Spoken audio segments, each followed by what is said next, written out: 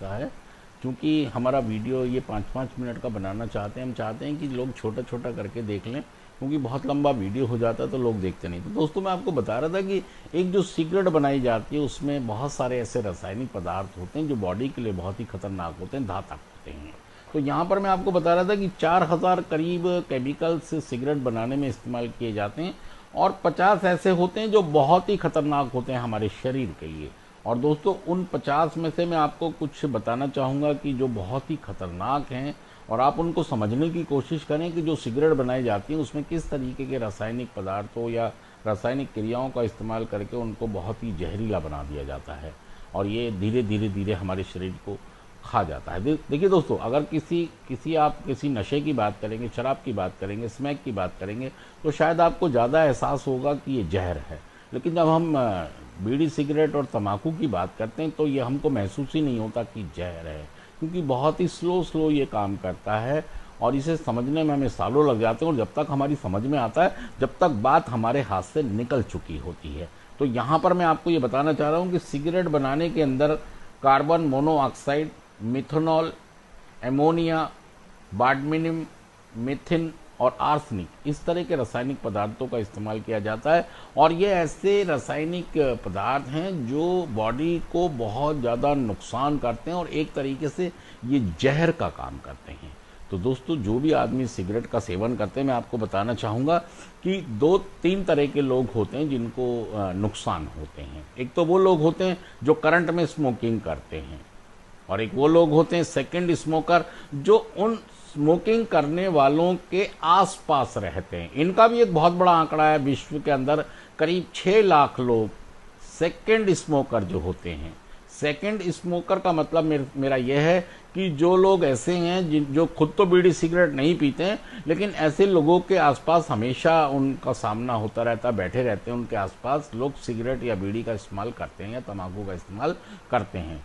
तो उनके इस्तेमाल करने से उनकी बॉडी को भी बहुत ज़्यादा नुकसान पहुंचता है। तो इनको हम कहते हैं सेकंड स्मोकर। फर्स्ट स्मोकर वो हैं जो खुद इस सिगरेट को लेते हैं, दूसरे वो हैं जो उनके आसपास रहते हैं, और तीसरे वो हैं जो कभी स्मोकिंग करते थे लेकिन उन्होंने स्मोकिंग को छोड़ दिया है। मैं दोस्तों आपको बताना चाहूँगा, ऐसे लोगों को भी बाद में भी बहुत सारे नुकसान होते हैं जो स्मोकिंग छोड़ चुके होते हैं। तो ख्याल रखें, आपके आसपास कोई ऐसा व्यक्ति तो नहीं है जो स्मोकिंग करता है जिसके कारण आपको भी हार्म ना हो जाए। दोस्तों, मैं आपको यहाँ पर बताना चाहूँगा कि ये काम कैसे करता है। देखिए, जो भी आदमी तम्बाकू का इस्तेमाल करता है तो उसके अंदर निकोटीन समाने लगता है। जब निकोटीन बनता है, निकोटीन से होता क्या है कि निकोटीन उसके डोपामाइन में जाती है। डोपामिन में जाने के बाद डोपामिन क्या करता है कि डोपामिन उसके अंदर एक चुस्ती फुर्ती और एक ऐसे उमंग तरंग पैदा कर देता है कि आदमी उछलने कूदने लग जाता है। उसकी बॉडी ये उसको लगता है कि मैं बहुत फुर्तीला इंसान हो गया और मेरे अंदर अलग तरह की एक फुर्ती आ गई है।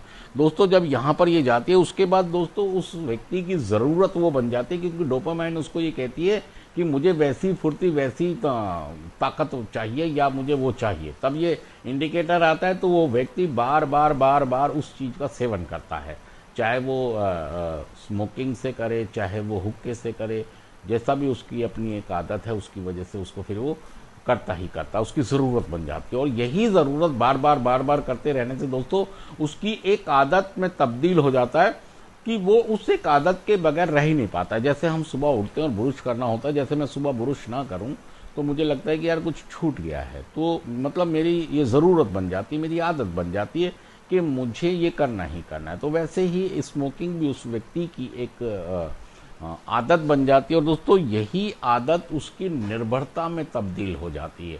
मतलब उसकी बॉडी, उसका मानसिक संतुलन निर्भर हो जाता है उस एक सिगरेट के ऊपर, उस तम्बाकू के ऊपर। और फिर लास्ट में होता क्या है कि मानसिक रूप से वो इतना उसके ऊपर निर्भर हो जाता है कि वो बहुत सारे कामों को छोड़कर वो उसको हासिल करता ही करता है। तो इतनी भयानक होती है स्मोकिंग की ये बीमारी। दोस्तों, मैं आप सभी से कहना चाहूँगा कि आप अपना ख्याल रखें, और ये वीडियो नंबर हमारा 2 है, पार्ट 2 है इसके अंदर, जिसमें मैंने आपको बताया कि ये कैसे हमारे दिमाग को कैप्चर कर लेता है। अब मैं आपको तीसरी वीडियो में ये बताने वाला हूँ कि कैसे किन लोगों को ये आदत होती है और इसका इलाज कैसे किया जा सकता है। ये देखते हैं तीसरी वीडियो।